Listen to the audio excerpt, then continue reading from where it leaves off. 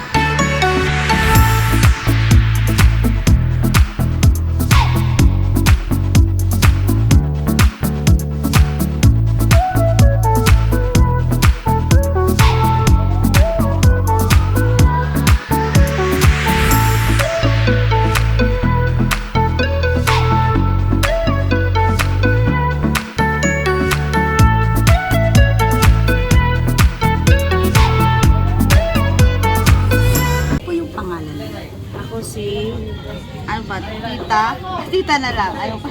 Tita po. Jenny. Yan. Sige po. Ilang taon na po kayong nagtitinda ng isda? Ano na? Mga 15 years. Kasi nag-aaral pa lang ako. High school, nagtitinda na rin ako eh. Parang family business nyo na po talaga to. Ito na talaga yung kinalakihan ko. Hanggang sa nag-aaral ako, tapos wala rin. Mas gusto ko dito sa magtrabaho. Magkano po yung yung price ng mga isda? Katulad ng adik. Kasi yung presyo ng isda bago-bago, hindi siya maintain. May time na mababa din ang bigayan namin. May time naman na may panahon naman na mataas ang isda. Hindi siya pare-parehas eh. Depende sa nakukuha namin. Kaya iba-iba ang presyo. Araw-araw iba-iba ang presyo ng isda. Hindi ako dito. Pero pa din. Yung sa hipon nyo ate, magkano po yung kilo nyo? Ang bigayan ko niyan, 400 ang 400 po ang kilo. Yung sa salmon po? Salmon. Ano yung salmon? Yung ulo? Opo. 200 ang kilo. Iba-iba ang bawat presyo. At saka gabi-gabi kasi ako namimili. Gabi-gabi ako namimili. Gabi po? Hindi po yung supplier yung dumati. Ako ang Kayo po mismo ang bili. Kahit sino dito, kami mismo ang namimili. Mahirap magdepende ka sa supply kasi kung makikita ko maganda, o maganda yung isda na idadali sa'yo, mamaya ang pangit. O hindi mo na siya mapipresyohan. Lalo na pag isda, hindi ako nagpapadeliver, ako mismo ang namimili. Ganun ang dapat. Auntie, yung kinikita niyo po ba sa araw nito ay nabawi niyo na pangpuhunan niyo ulit pagkuha ng bagong supply ng mga isda? May time na mababawi mo siya. Depende sa araw kung mabili. May time na nababawi, may time na hindi. May syempre, pag kulang man yan, siguro mga 1,000, ganyan. Pwede mo siyang mabawi kung ang marami kasi may tira ka pa ng isda. Kaya, at saka syempre yung kapag katulad sa amin, may mga hulugan talaga yan. May maiwasan, may mga bayarin, doon na nababawas. Yung ilang kilo po yung kinukuha niyo sa supplier niyo sa kada araw? Ang kinukuha ko dito, kasi iba-ibang isda yan, ang kinukuha ko talaga dyan, meron dyan 5 kilo, may 6 na kilo, may 10 kilo, depende sa bababa. Kapag bababa, kukuha ko ng marami-rami, pero pag mataas, hindi ako kumukuha ng ganun. Kasi ang target ko dito, mapaubos ko sa isang araw ang paninda. Napapaubos niyo? Napapaubos ko naman yan, may kunting tira. Magkano mo yung hipon? 100 po, 140. Thank you po.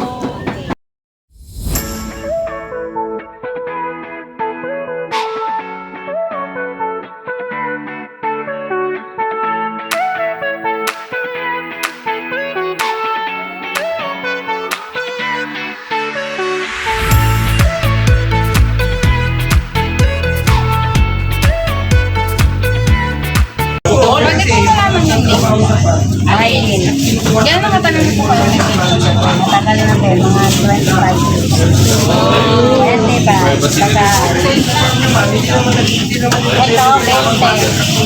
O, 20 mo. Gano'ng kadalas mo Hindi naman, pag season, mura. Pag hindi season, mahal. Talong. Garilya kasi. Ay, madam, nandito lang. Saan mo nakadepende po? Depende sa ano, sa production. Saka sa dami.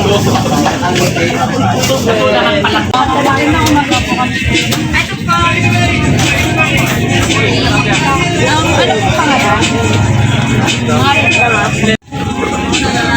Gano'n ka, ano, dalas, o ano, ano.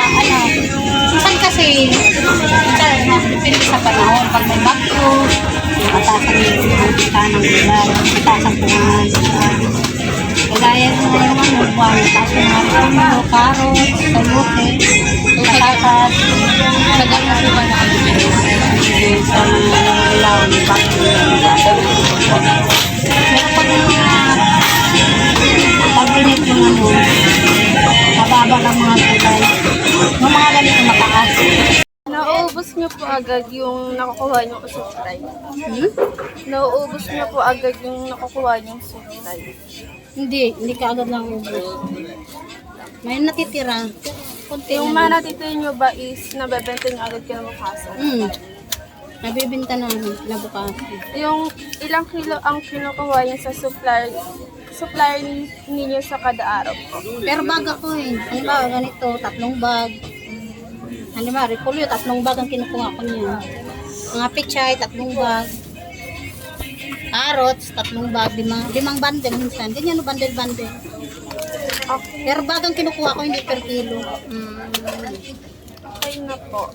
Ano po, ang tawag dito? May times po ba na hindi po kayo umaagri sa nilalabas na presyo ng mga gobyerno? Ano naman, umaagri kami kasi siyempre yun ang ano eh. Yun ang nila, depende kasi sa kuha namin yan. Pag mataas yung kuha namin, yun, ano din na sa amin. Ganun din ang presyo, mababa. Pag mababa kuha namin, mababa din namin bibenta. Pero pag mataas din bintahan namin.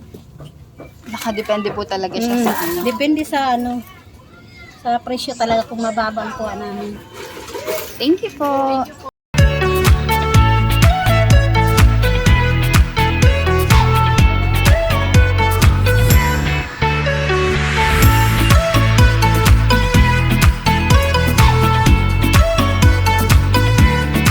Good morning. Kami po ay students from Fisher Valley. Pwede po matanong kung ano po yung name niya. Jeric Luz. Okay po. So, yung question po namin is, gano'n po kadalas tumaas yung mga prices po ng rice? Every month po ba or depende po sa, ano po, weather po gano'n? Depende po. Saan po kayo nakadepende sa pagtaas po ng presyo ng mga products niyo po? Ano nagano lang kami sa magkabigay kung ano yung price nila doon, yun yung price namin. So, Para parehas ba? okay po. Sa kumukuha po ba kayo sa supplier niyo o kayo po yung mismo po namimili ka na? Supplier, kasi may ano lang ako dito, yung tindera lang dito. Yung pinakabus ko talaga nag-ano, So bibigay sa akin. Sige. Ilang kilo po yung nauubos niyo kada araw po? 5, ganun. Minsan may kumukuha din ng 1 sack. Magkano po yung mga price po ngayon sa ano, bigas po? Yun po. May 48, tapos may pa na 57, 52, 55, ganun. Importate na po yung pinakamababa niyo po. Ay, ano po? Yung magkaiba po ba yung price ng sa imported po na rice or sa local po na rice? Yun po yung ano, pinaka-local namin yun. Ito po yung 48. So yung imported po is yung ito po yung mga ganito. Pangalan niyo? Aling Luz, Hi po, Aling Luz. Ilang taon na po kayo nagtitinda ng manok? 20 years. Kamusta naman po yung pagtitinda niyo ngayon? Tama lang sa kain. Ano pa? Ano po yung ano? Ayaw, pre. Ano mabenta niyo pong ano? Part ng manok. Lahat ng parts. Lahat ng part. Ilang kilo po yung nauubos nyo? Ano lang, 60 kilos lang.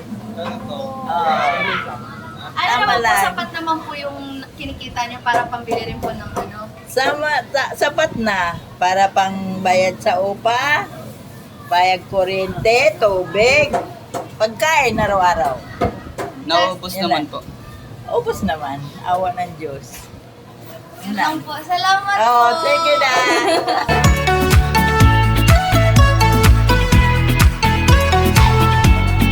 Hi po, good morning po. Ano po yung pangalan niyo? Maria Teresa. Teresa. Kamusta naman po yung pagtitinda niyo ng manok? Okay lang naman. Ilang taon na po kayo nagtitinda? Mga 15 na yata. Ay, malaki na yung panganay ko. Yung 15 years na.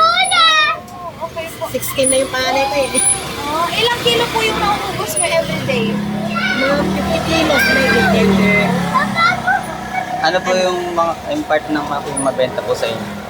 Ay, breast, medyo tapos wings. Pero pag lahat naman halos na mabenta. Eh, ito, atay, medyo lahat naman siya. Nabibenta naman po lahat. Hanggang hapon.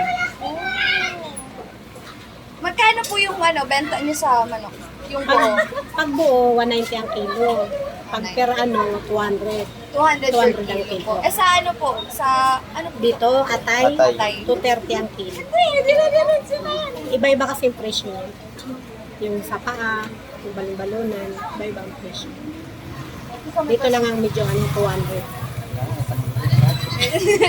Sige po, thank you po. Maraming Maraming salamat. Good morning po. Ano pong pangalan niyo?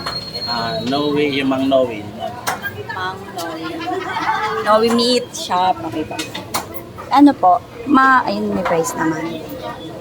Yung kinikita niyo po ba sa araw na ito is nababawi niyo po pang puhunan ulit sa susunod na supply niyo po? Minsan, pag nakapaubos, naibabalik yung punan, natitira yung tubo. Pero mas target namin yung mailabas muna yung punan. Kasi para mayroon na naman pang sa susunod. Ilang kilo ang kinukuha nyo sa supplier nyo sa kada araw po? Ano lang, ngayon, konti lang, minsan 15 kilos lang. Sa laman, sa karibs, minsan mga 25 kilos lang hanggang 30. Kasi ano na ngayon, matumal, hindi na kagaya dati na noon, marami, makukuha ko mga 100 kilos. Mula nung yung pandemic. Yung pandemic. Magmula natapos yung pandemic. Nung pandemic okay, pero nung natapos yung pandemic, nung pagbalik ng dati, wala na, humina. Nagtaas na po yung... Kasi gawa siguro ng marami na mga talipapang na buhay, nagkalat-kalat na yung mga tindahan. Kaya yun siguro yung cost ng paghina namin dito. Tsaka tumaas yung presyo talaga. Ano po yung mabenta po dito? Ang mabenta, halos pare-pares lang naman. Hindi naman minsan mabili yung papaitan.